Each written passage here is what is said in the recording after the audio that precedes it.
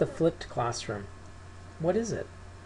Well, before I explain the flipped classroom, it might be good to talk about what the traditional classroom is, because it's remained unchanged for hundreds of years.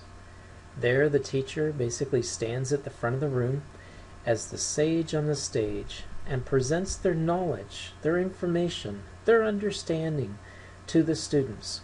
The students basically copy it down and try to ingest everything that the teacher has been saying. So what are the students doing in the traditional classroom?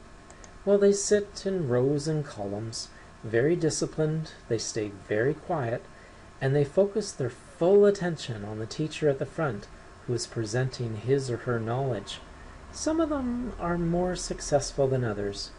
For some of them, their mind just drifts. So finally the dismissal bell goes, and with that they end up going home. They might have a few chores to do around the house, and then they sit down and eat their supper. And then it's time to pull out the homework. Try to remember what the teacher was saying.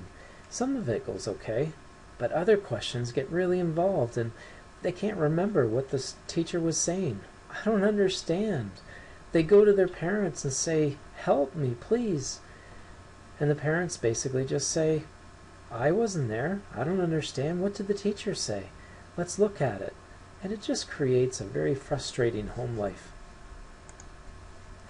The student might have spent hours of time on their homework last night, but they don't have much to show for it because they didn't fully understand it. So the next day they arrive at class a little sad. They hand their homework in and hope that for the best. A couple of days later they get it back and find they didn't understand very much at all, which really wasn't surprising, but their mark wasn't very good. But the teacher's already gone on to a new concept, and so it's very hard to backtrack and try to relearn that concept now that it's gone by. And now they're struggling with a new concept, so let's work on that. So what is the flipped classroom? Well, the flipped classroom gets the name because what was traditionally done at school is now done at home, and what was done for homework is now done at school. In the flipped classroom, what is now done at home is now done through video format. So students are given an educational video to basically teach them certain concepts or to bring together some concepts that the teacher has introduced in the class. And this is where the knowledge, this is where the understanding is instilled on the student. If they want to slow it down, they can.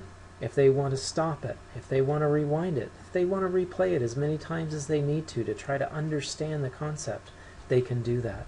But it's all done through this video format. So if the teaching is occurring through video at home, what's happening in the classroom? Well, the students basically work in groups. They're doing problems that they can apply. It's problem-solving learning. They're inquiring about things. They're seeking deeper understanding. They're working with each other and learning from each other.